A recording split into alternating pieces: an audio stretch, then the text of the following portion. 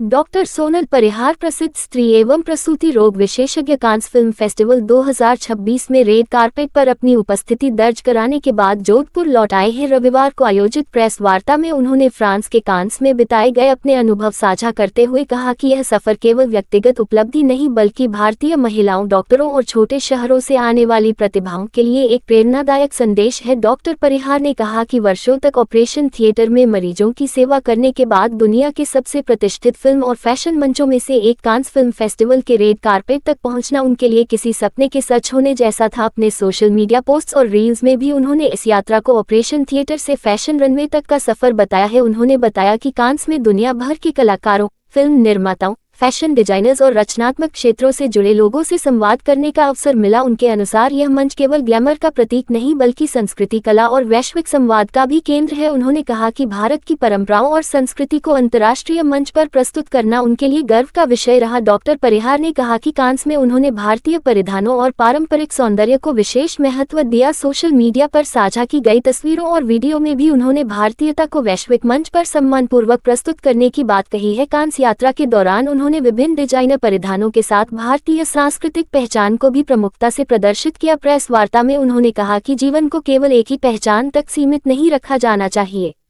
Doctor होने के साथ साथ समाज, संस्कृति और रचनात्मक क्षेत्रों में भी योगदान दिया जा सकता है। उन्होंने विशेष रूप से महिलाओं को संदेश देते हुए कहा कि विवाह, परिवार या पेशेवर जिम्मेदारियों के बाद भी सपनों को जिया जा सकता है और नए अवसरों को अपनाया जा सकता है। डॉक्टर परिहार ने कहा कि जोधपुर और राजस्थान की मिट्टी से जुड़े होने पर उन्हें गर्व है और अंतर्राष्ट्रीय मंच पर अपने शहर व प्रदेश का प्रतिनिधित्व करना उनके लिए बेहद भावुक क्षण था। उन्होंने कहा कि यदि समर्पण, मेहनत और आत्मविश्वास हो तो छोटे शहरों से निकलकर भी वैश्विक मंचों तक पहुंचा जा सकता है। उन्होंने अपनी इस उपलब्धि का श्रेय परिवार, सहयोगियों, शुभचिंतकों और उन लोगों को दिया जिन्होंने हमेशा उन्हें आगे बढ़ने के लिए प्रेरित किया। डॉक्टर परिहार ने कहा कि कांस की यह यात्रा उनके लिए एक नई शुरुआत है और वह भविष्य में भी चिकित्सा सेवा के साथ साथ महिला सशक्तिकरण, संस्कृति और सामाजिक सरोकारों से जुड़े कार्यों में सक्रिय भूमिका निभाती रहेंगी।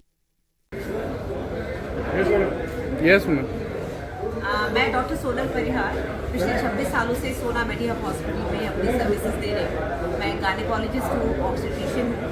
मेरे हाथों हज़ारों लेडीज़, हज़ारों लाखों लेडीज़ का इलाज हो चुका है और बहुत सारे बच्चे मेरे हाथों में। मैंने 2017 में मॉडलिंग की दुनिया में कदम रखा था। 2017 में मैंने दिल्ली में जाके मिसेस इंडिया अर्थ का खिताब जीता। वहाँ से उन लोगों ने मुझे अमेरिका भेजा टू रिप्रेजेंट इंडिया। तो 2018 में मैंने मिसेस अर्थ इंटरनेशनल का टाइटल अमेरिका में लास वेगस में जाकर जीता। उसके बाद मेरी जर्नी शुरू हुई अर्थ जर्नी। मेडिकल मैंने कभी नहीं छोड़ा। बहुत से लोग मुझे पूछते हैं कि आप अभी भी प्रैक्टिस करती हैं। हाँ जी, मैंने मेडिकल कभी नहीं छोड़ा। मेरी प्रैक्टिस अभी भी चल रही है, फुल फ्लेजेड चल रही है। 24 आवर्स में अवेलेबल रहती हूँ पेशेंट्स की।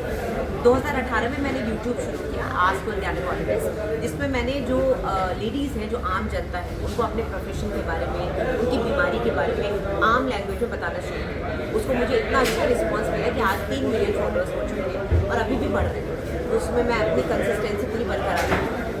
इस बीच में मैंने एजुकेशन भी शुरू करी। मैंने जो नीट पीजी के बच्चे हैं, यानी कि जो MBBS करने के बाद पीजी की तैयारी करते हैं, उनको एग्ज़ाम के लिए तैयारी करवाते हैं। उसके लिए मैंने ऑनलाइन प्लेटफॉर्म्स में पढ़ाया। मैंने मणिपाल में पढ़ाया, मैंने डॉक्टर पॉलरिस, इवन अन अकेडमी में काम किया। और अब वो प्लेटफॉर्म्स छोड़ के मैंने खुद का कोर्स शुरू किया जो मेरी वेबसाइट पे अवेलेबल है for the doctors and for the students.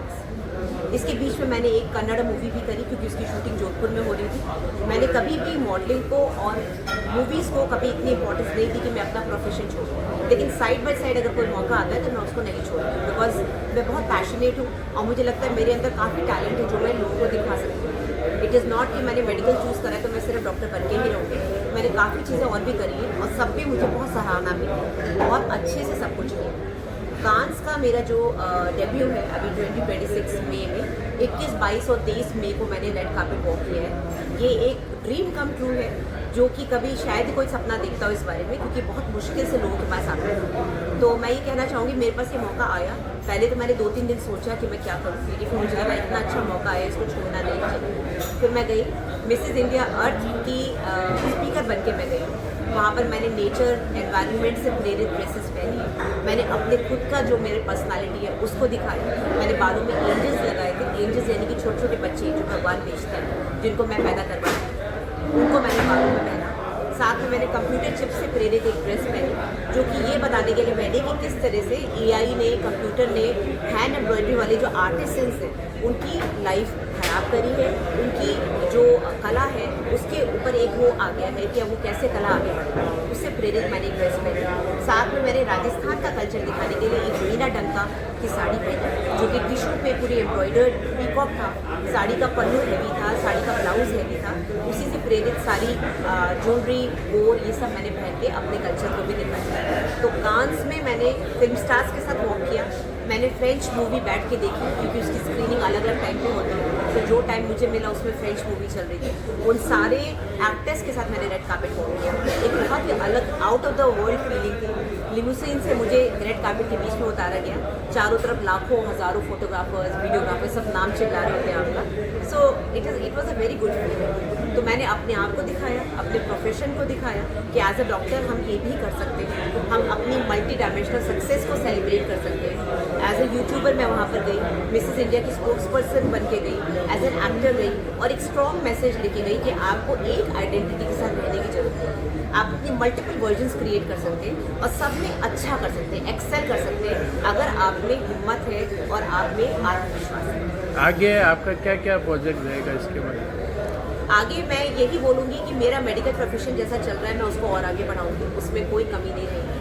लेकिन साथ में अगर मुझे कोई अच्छे एक्टिंग रोल्स मिलते हैं जो कि मेरी पर्सनालिटी और मेरी एज को सूट करते हैं और जिसमें मेरे प्रोफेशन का, मेरी डॉक्टरी का ज़्यादा लॉस नहीं होता है, तो मैं बिल्कुल जाना चाहूँगी, क्योंकि मेरे को लगता है मेरे में काफ़ी सारा हिडन टैलेंट है जो अभी तक आया नहीं है। तो मैं बिल्कुल उस पर काम करना चाहूँगी, पॉडकास्ट चैनल्स में जाना चाहूँगी और अपनी स्टोरी बताना चाहूँगी। थैंक